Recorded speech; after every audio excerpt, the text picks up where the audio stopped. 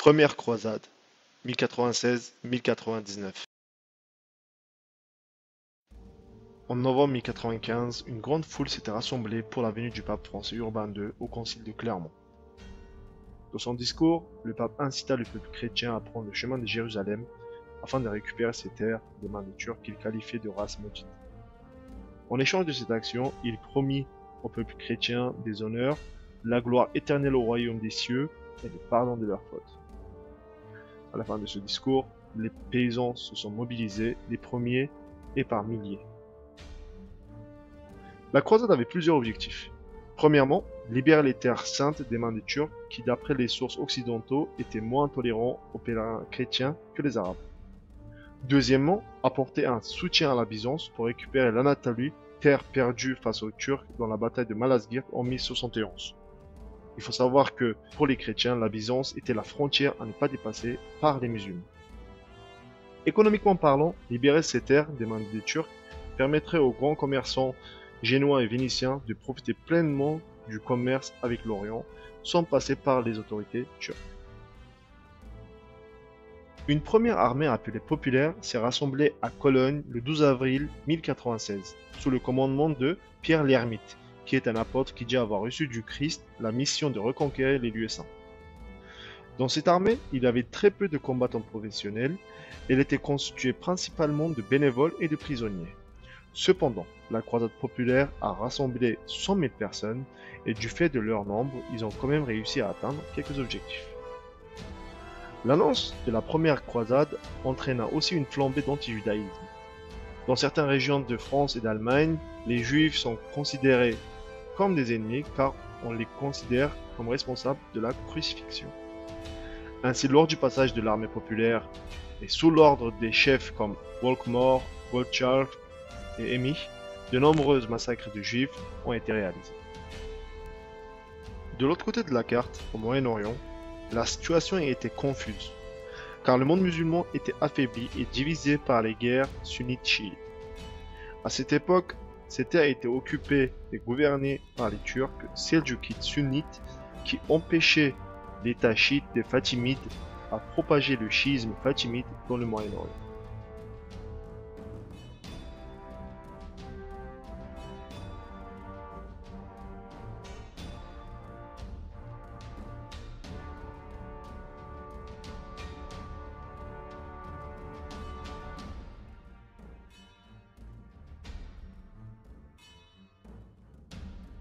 Alors que Pierre l'Ermite arrive à Constantinople, une deuxième armée appelée Croisade des Barons était en train d'être assemblée sous le commandement des grands seigneurs européens, dont Raymond de Saint-Gilles, comte de Toulouse. Cette armée, composée majoritairement de soldats professionnels très bien équipés, elle a réuni environ 600 000 personnes.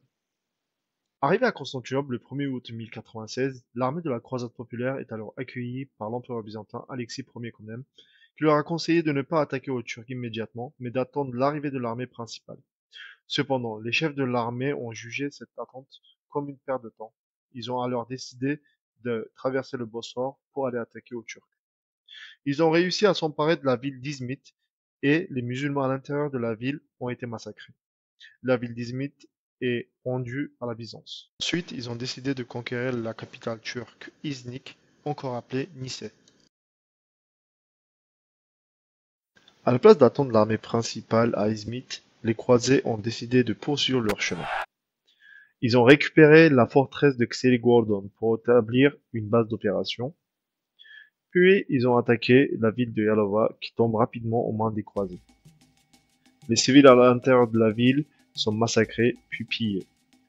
Très confiants de leur force, alors qu'ils n'ont pas vraiment rencontré de résistance jusque-là, les croisés décident de se diriger alors vers la capitale Iznik.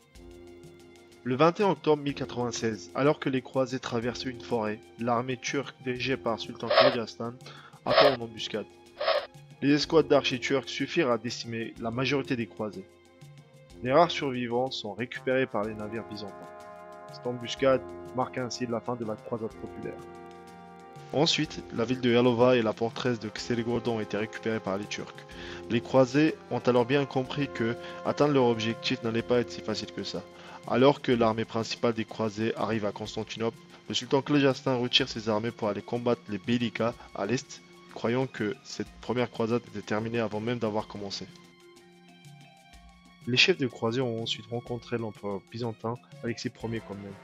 Alexis Ier a dit aux croisés qu'ils doivent virer les Turcs d'Anatolie. Face à cette demande, les croisés ont annoncé que leur objectif était d'aller conquérir les terres saintes, sans trop tarder à l'Anatolie. Alexis Ier a alors ordonné les croisés à rendre toutes les anciennes villes byzantines qu'ils auront récupérées lors de leur passage, dans la ville d'Antioche. Les croisés voulaient que la Byzance participe aussi à cette croisade, mais Alexis Ier a évité, car pour lui, commander une armée aussi instable était quasi impossible. Il a préféré réapprovisionner rapidement les croisés et les laisser passer par le Bosphore.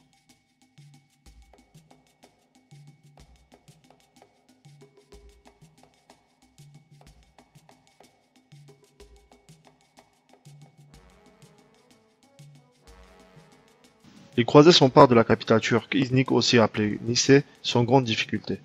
Une fois que le sultan Kılıç Arslan reçoit l'information que sa capitale est prise par les croisés, il abandonne sa conquête au niveau des Bélicas pour attaquer ces derniers. Les croisés quittent alors Iznik pour reprendre le chemin de Jérusalem en faisant deux groupes afin de faciliter leur approvisionnement par pillage.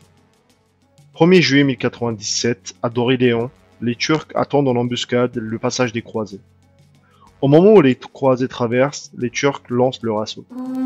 Les croisés se regroupent alors pour se défendre derrière leurs boucliers face à l'archerie montée turque, qui est une technique de combat impliquant un cavalier armé d'un arc. Malgré cette embuscade, un cavalier croisé s'échappe pour aller alerter l'autre groupe. Les troupes croisées de Bohémond de Tarente sont encerclées. Quant aux Turcs, ils lancèrent flèches et javelots sur leur adversaire. Mais les Francs maîtrisaient parfaitement la défensive. Les renforts croisés arrivent alors que les flèches turques sont très peu efficaces sur leurs côtes de mailles et leur épaisse armure. Face à cette armée très nombreuse et très bien équipée, les Turcs abandonnent le champ de bataille, laissant derrière eux un grand butin et perdant leur prestige. Afin d'éviter de perdre plus de force face à d'autres attaques turques, les croisés continuent leur chemin sur le sol byzantin, durant 800 km sous un soleil ardent et dans des zones dépourvues d'eau. Les croisés assiègent durant 8 mois la ville d'Antioche. Et en parallèle, des troupes sont déployées sur d'autres zones telles que Edessa, Alep et Acre, et plusieurs combats sont réalisés avec les musulmans dirigés par les Turcs dans ces zones. Les musulmans n'ont pas été très efficaces contre les troupes croisées. La ville d'Antioche est prise au bout de 8 mois. La ville fut livrée au pillage et les musulmans à l'intérieur de la ville ont été exterminés. Les croisés se sont réunis ensuite à Acre pour conquérir leur ultime objectif, Jérusalem. Les musulmans défenseurs de la ville décident alors d'attaquer les croisés dans une zone proche d'Acre au lieu de défendre la ville.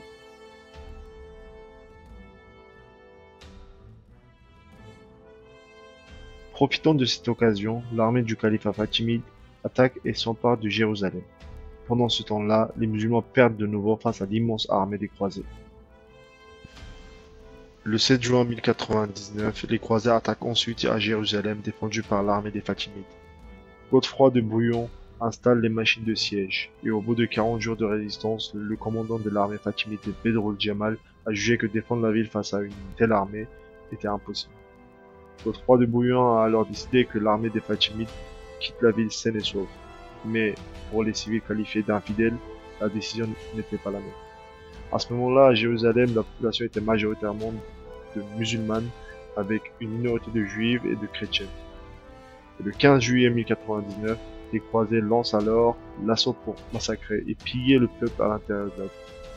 Ce massacre est notamment décrit dans la lettre de l'archevêque de Pise au pape concernant la prise de Jérusalem, où il annonce « Et si vous voulez savoir ce qu'on fit des ennemis qu'on trouva ici, sachez que sous le portique de Salomon et dans son temple, les nôtres chevauchaient dans le sang des musulmans jusqu'aux genoux des chevaux. »